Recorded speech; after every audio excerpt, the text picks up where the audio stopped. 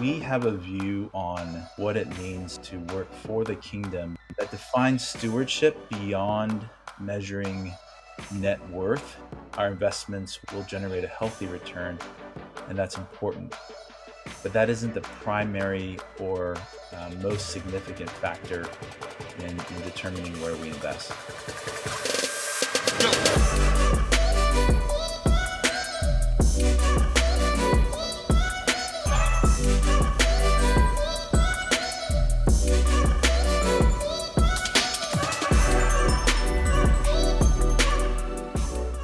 Let's jump in. Today I'm speaking with David Park, founder of Supra Solem. So this is a conversation I've been looking forward to for a while. David, first of all, thanks for joining today. Hey, it's good to be with you, Sean. Thanks for having me. Absolutely. So we're going to go back to 2017 on this one. In Houston, you're a partner with Greenwood Hospitality, doing hotel management, doing development, doing food and beverage management, representing some pretty exemplary hotels. So you're dealing with Radisson, you're dealing with Hilton, Embassy, DoubleTree. Now in 2021, you're in New York. You've established a different type of investment vehicle along with your wife, Jean, and a third, Lucas Noggle, called Super Solem, which backs entrepreneurs who love the Lord and want to serve him specifically in the operation of a business. With Greenwood, into your current investment vehicle, you can't help but notice a theme of redemption pop up. So it becomes clear when you read about what Super Solem is all about. That's kind of the thing that shows up a lot. So I want to start there. Going from Greenwood to Super Solem, was there a particular moment when you realized the gravity of the Lord's redemption, not only what he's doing through Super Solem, but also specifically the Holy Spirit in sanctifying to make you new? How is it that redemption has played a role in both of those two, I guess, operations? Yeah, that's a good question, Sean. At Greenwood, we were um, managing about 25 hotels and had about 2,500 employees with all the various stakeholders from the franchises to the different ownership groups to the different management teams. And so there, redemption in the way that we invested in and managed hotels had a lot to do with the way that we treated our employees and dealt with our various stakeholders and doing that in a way that was honoring to God. With Super Solum, there is a lot more flexibility because this is an investment vehicle that is just for my family. And so we can imagine for ourselves in a little bit more of a creative way, how we can do business and how we can invest in people in different companies. So two different situations, but I enjoyed both. And I think both are necessary in the world as we do God's work. So it sounds like in the early on in the formation of Super Solem, you have this established priority for kingdom, similarly to what we see in Matthew 6, but seek first the kingdom of God and his righteousness, and all these things will be added to you as well. The team that you have now between the three of you, what is the cohesive point between that partnership? With Jean, it's obvious she's your wife. Maybe you could talk about the team dynamic a little bit. Sure. I think the key here, when it comes to Super Soul and the work that we're trying to do is um, that we have a view on what it means to work for the kingdom that defines stewardship beyond measuring net worth year over year or an annualized return year over year, and using that as the primary benchmark for success. So in life, we would think that as well, that we would not measure success by the amount of money that's in our bank account. And so for Super Solem, it's the same. There are things that we feel called to invest in, and specifically people and organizations that we want to invest with, that is much more driven by a sense of partnership and relationship and long term kingdom fruitfulness We absolutely believe that our investments will generate a healthy return, and that's important. But that isn't the primary or most significant factor in determining where we invest. That's great. That's great. And right now, are you dealing exclusively with startups, or is it established businesses, or what's your target?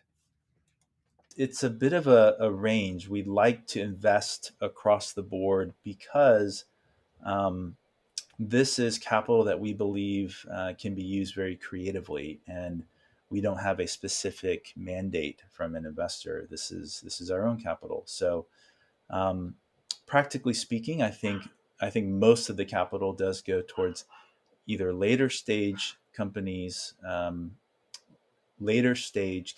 or investment funds of different types, though we have invested in early stage companies. So it's not designed to be a venture focused investment vehicle. It is very diversified.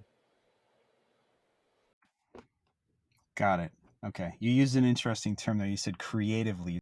Maybe you could give an example of one of your favorite circumstances. What would that look like?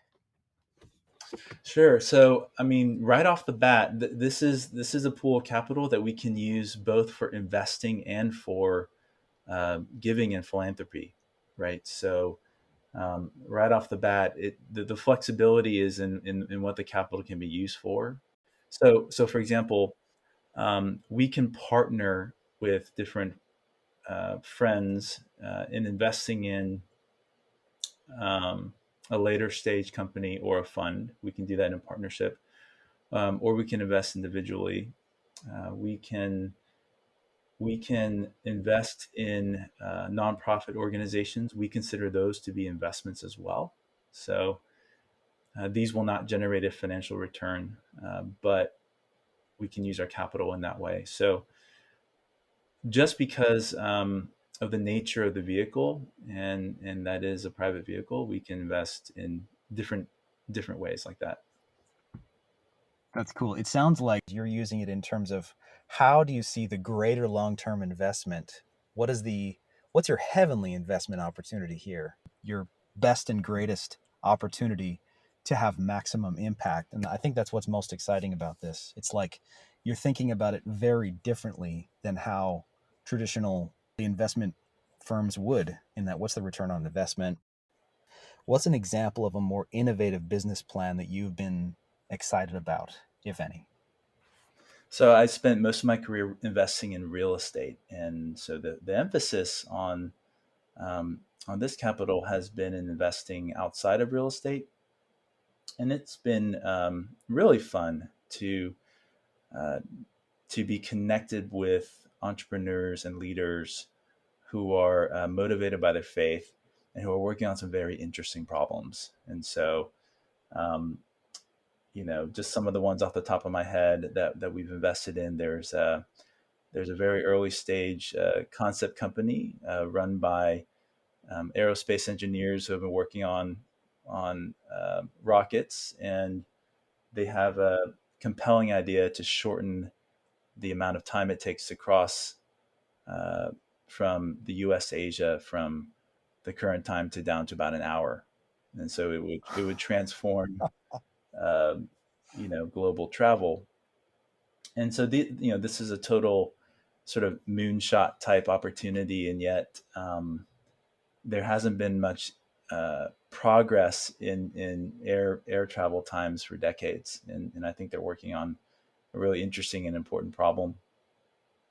All the way to um, a fund that we invested in, again managed by believers who are backing compelling cases that are under litigation, where the side that they believe has merit is not well capitalized, and so this is a way to finance litigation, which is something that I think as believers we tend to want to avoid, right?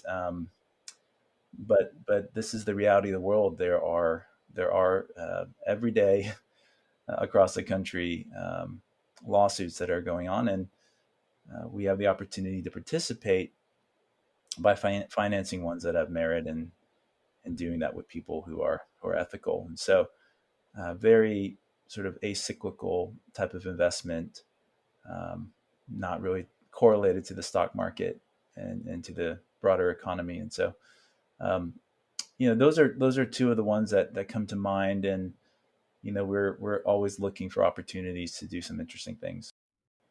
That's very exciting. Very exciting. Um, Shifting to on the reading side, have you been excited about reading anything in particular? And if so, what caused you to be particularly excited about it?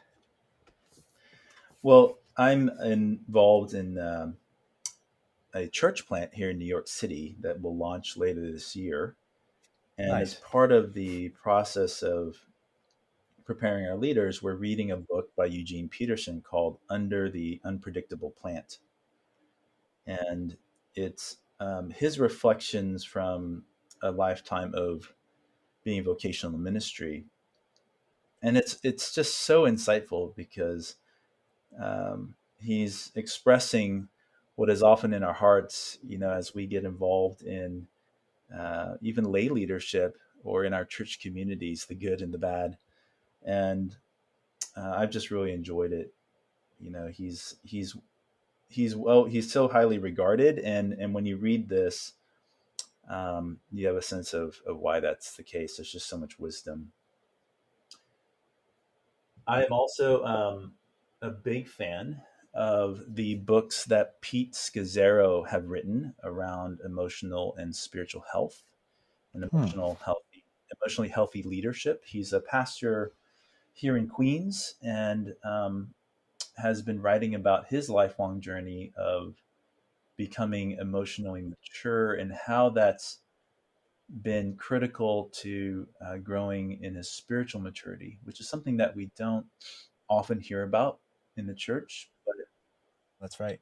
it rings true. And I would highly recommend to anyone to just read the first chapter of Emotionally Healthy Spirituality, and I think you'll be hooked. So, we don't often talk about this concept of emotional maturity. Maybe you could tell us, speaking to the larger church right now, what do you think we should be thinking about differently from what you've been reading about? Yeah, absolutely. I think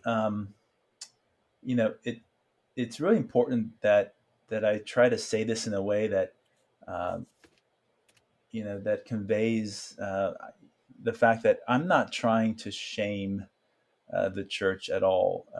But I do think the reality is that so often in our culture we value knowledge and we value understanding.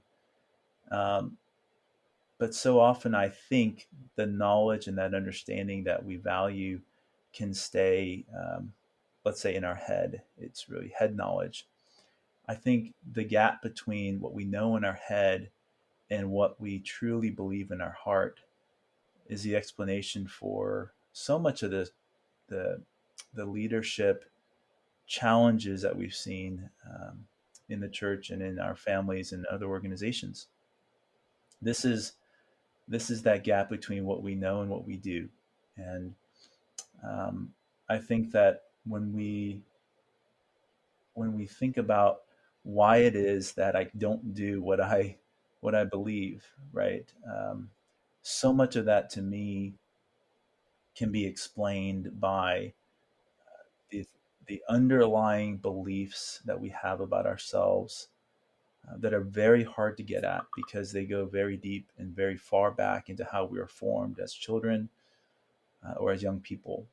And to me, emotional maturity, the reason why that's so important is that when we're not able to behave in an emotionally mature way, it is really, really hard to live out what we know to be true about the gospel and about God. Hmm. And so,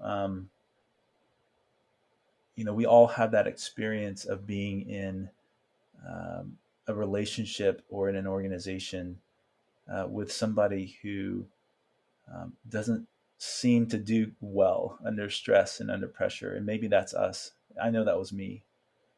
Um, and despite what we might say about our values or about what we believe, um, that's not often what comes out, right, in that relationship or as a leader. And so, um, yeah. Anyway, I think emotional maturity, certainly mental health has a part in this as well. Um, I think facing those things, talking about them, and dealing with our wounds and the things that have held us back from growing up emotionally, I think is just really important to growing up spiritually. David, I want to thank you for speaking today. Our time was relatively short, talking about redemption, honoring the Lord through our relationships and how that's changed for you. And Super Solem as a pool of resources, this sense of stewardship rather than being driven by return on investment, and thinking of it as an eternal investment rather than dealing with it in terms of the short term. Very helpful stuff. Very helpful. David, thanks for speaking today, and I hope to speak to you again soon. Thanks, Sean. It was good to get to chat with you this morning, and I appreciate all the work you're doing to help believers on their journey.